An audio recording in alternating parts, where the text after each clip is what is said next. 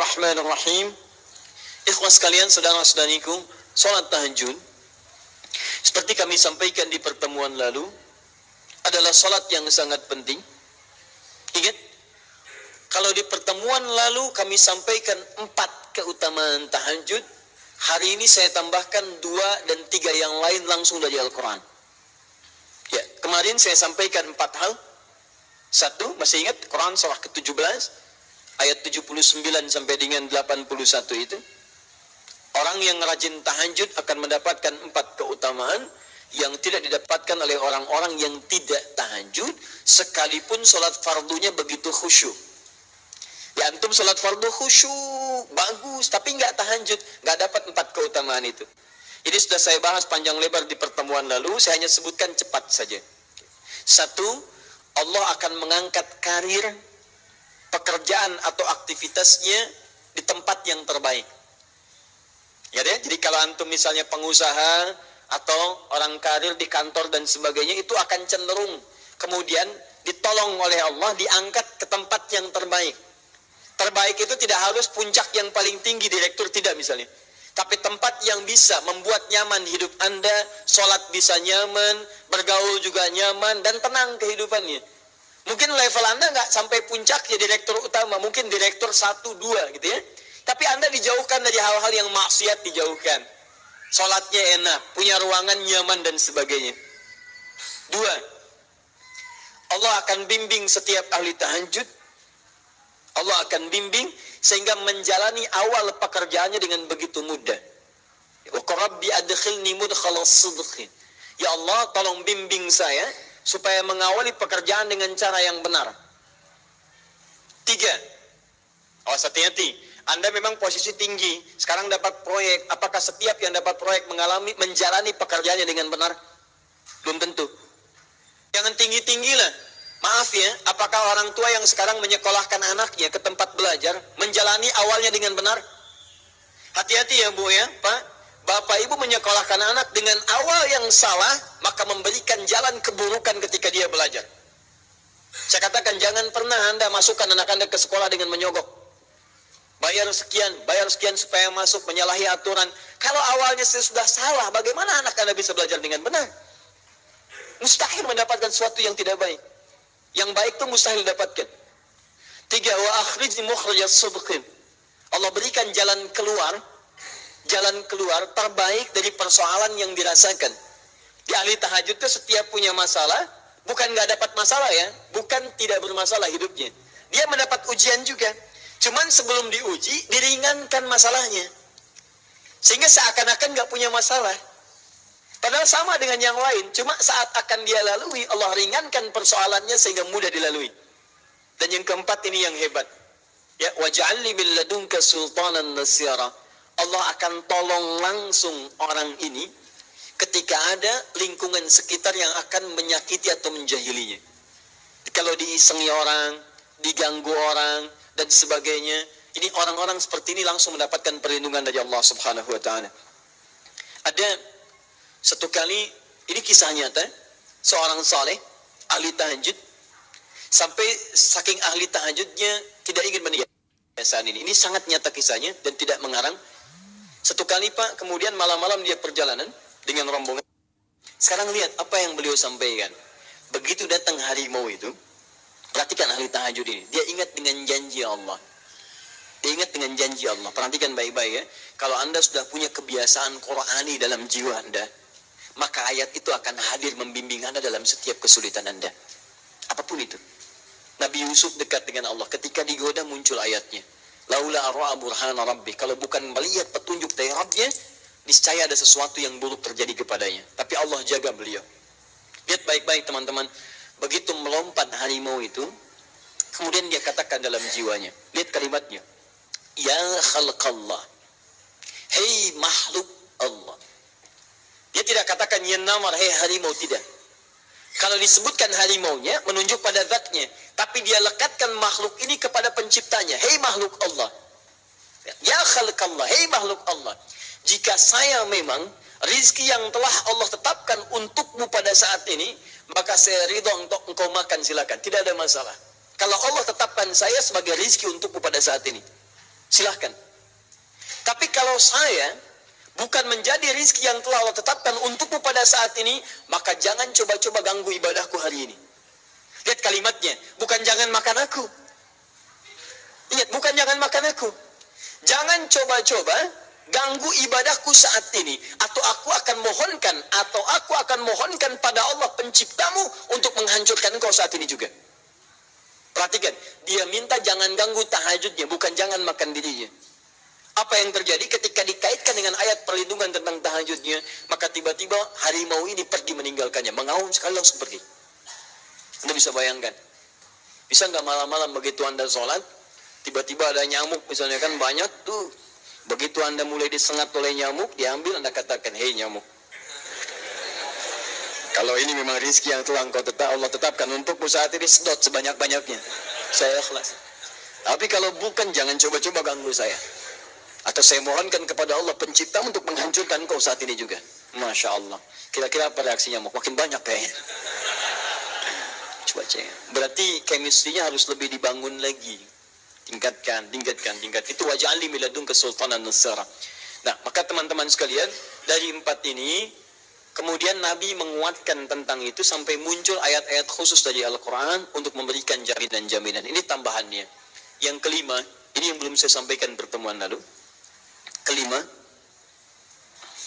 sholat tahajud itu adalah kebiasaan ahli surga saat di dunia.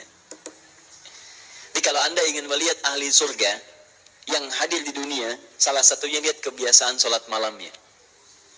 Bukan nonton bola. Dan tidak dikalahkan oleh bola. Dia nggak peduli. Mau Kroasia menang 2-1 lawan Inggris, dia nggak peduli. Ya, mau Prancis menang 1-0 lawan Belgia, dia nggak peduli. Pokoknya terserah, yang penting juaranya Prancis misalnya gitu kan, tidak.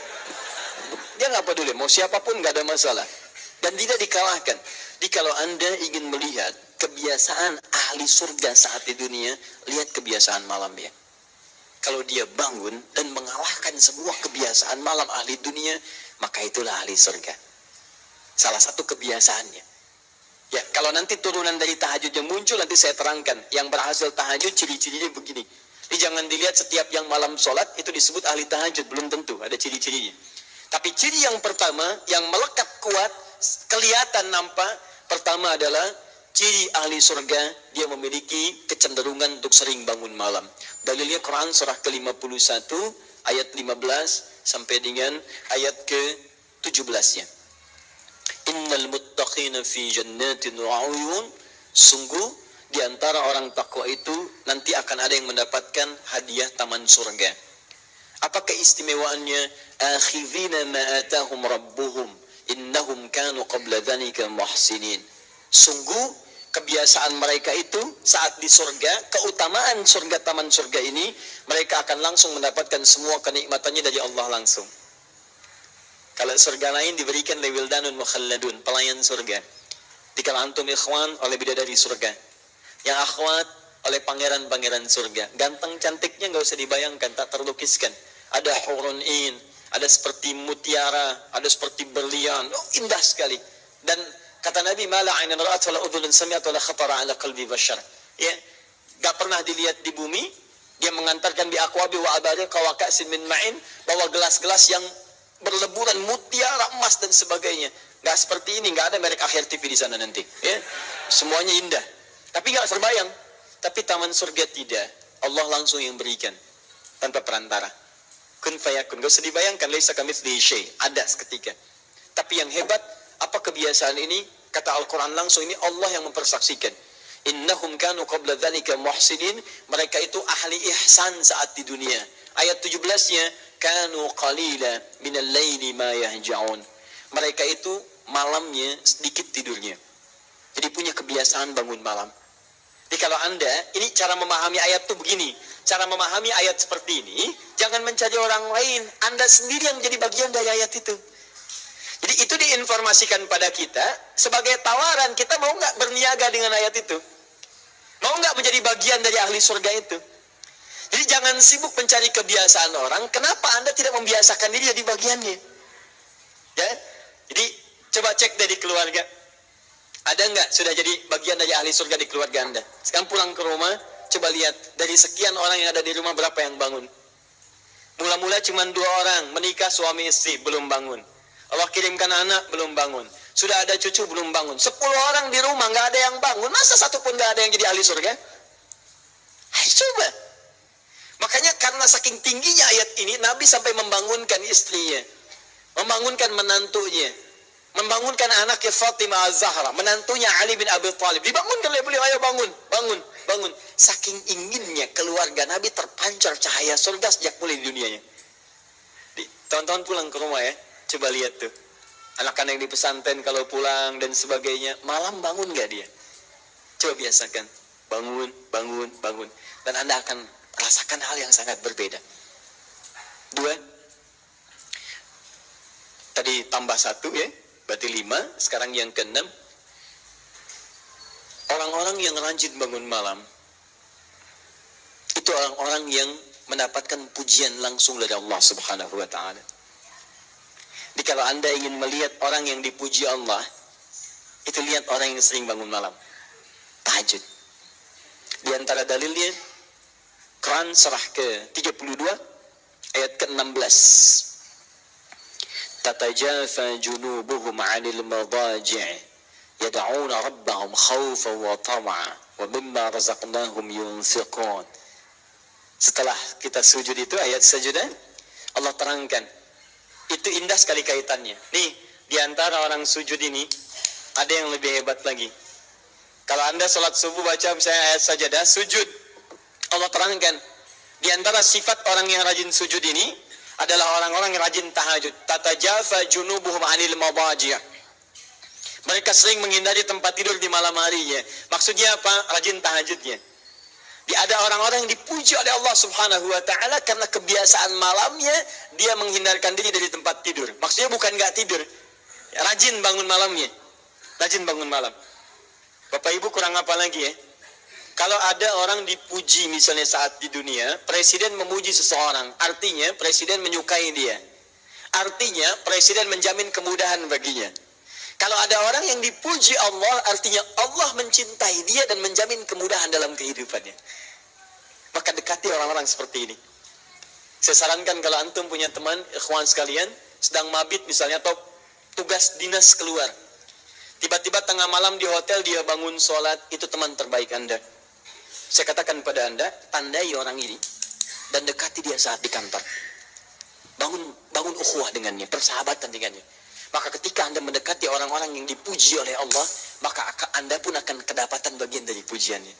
Karena mustahil orang yang dijaga oleh Allah mengajak Anda pada maksiat, itu mustahil. Mustahil. Sama teman-teman yang masih di kampus, kalau malam-malam misalnya di asrama atau pulang, tiba-tiba ada orang-orang yang kelihatan sholat malam, dekati orang ini. Jadilah bagian dari sahabatnya. Dan dengan itu, saya ajak, coba cek pasangan hidup Anda.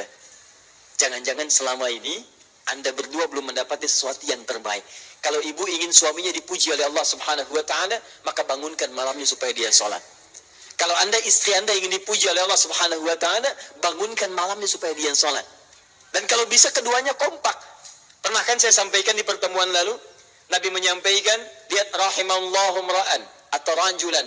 Allah merahmati seorang lelaki, kemudian yang bangun di pertengahan malam dia sholat, lantas membangunkan istrinya dan mencipratkan air di wajah istrinya supaya dia bangun menunaikan sholat malam.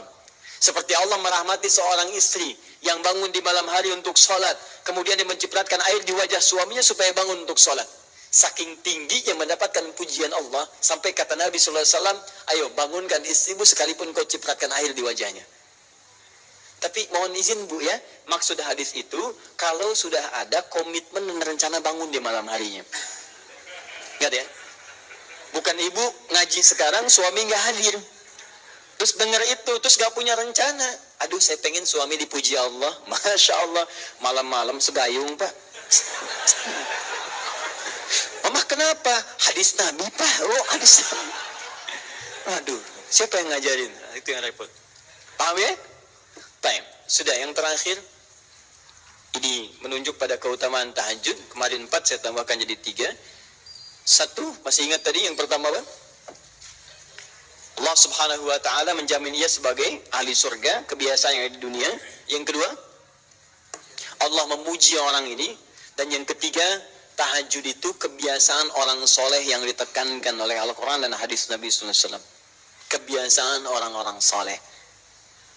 Jadi kalau yang pertama ahli surga, kedua dipuji Allah, yang ketiga langsung dikuatkan orang-orang soleh. Dan orang-orang soleh itu, mohon izin ya, maaf, orang soleh itu tempatnya saat di surga, itu sesurga dengan semua nabi. Semua nabi dan rasul. Ayatnya ada di Quran surah keempat An-Nisa ayat 69. Paling kanan di pertengahan. وَمَنْ يُطِعِ اللَّهَ وَرَسُولَهُ فَأُولَئِكَ مَعَ الَّذِينَ أَنْعَمَ اللَّهُ عَلَيْهِمْ مِنَ النَّبِيِّينَ وَالصِّدِّيقِينَ وَالشُّهَدَاءِ وَالصَّالِحِينَ وَحَسُنَ أُولَئِكَ رَفِيقًا. Siapa yang memenaati Allah dan Rasulnya, maka dia bisa sesurga dengan orang-orang yang telah Allah berikan jaminan nikmat surga untuk mereka. Di antara mereka para nabi, awas, para syuhada, siddiqin, orang-orang jujur, wassalihin, orang-orang soleh. Jadi syahidnya di ayat ini bahwa orang-orang soleh akan sesurga bersama semua nabi. Saya pernah katakan pada Anda, kalau beberapa nabi saja, maka bahasa Arabnya bukan nabiyin, tapi anbiya. Anbiya. Karena itu ada surah ke-21, surah Al-Anbiya. Di situ dikisahkan beberapa nabi saja. Puncaknya di Quran surah 21 ayat 83 sampai 90. Di situ ada kisah Nabi Zakaria, kisah Nabi Yunus, kisah Nabi Ayub dan sebagainya. Anda bisa baca itu, ada turunan para nabi, tapi tidak semua nabi dikisahkan. Tapi kalau Anda ingin sesurga dengan semua nabi tanpa kecuali, maka Anda kerjakan sebagai orang soleh saat di dunia, ada peluang mendapatinya.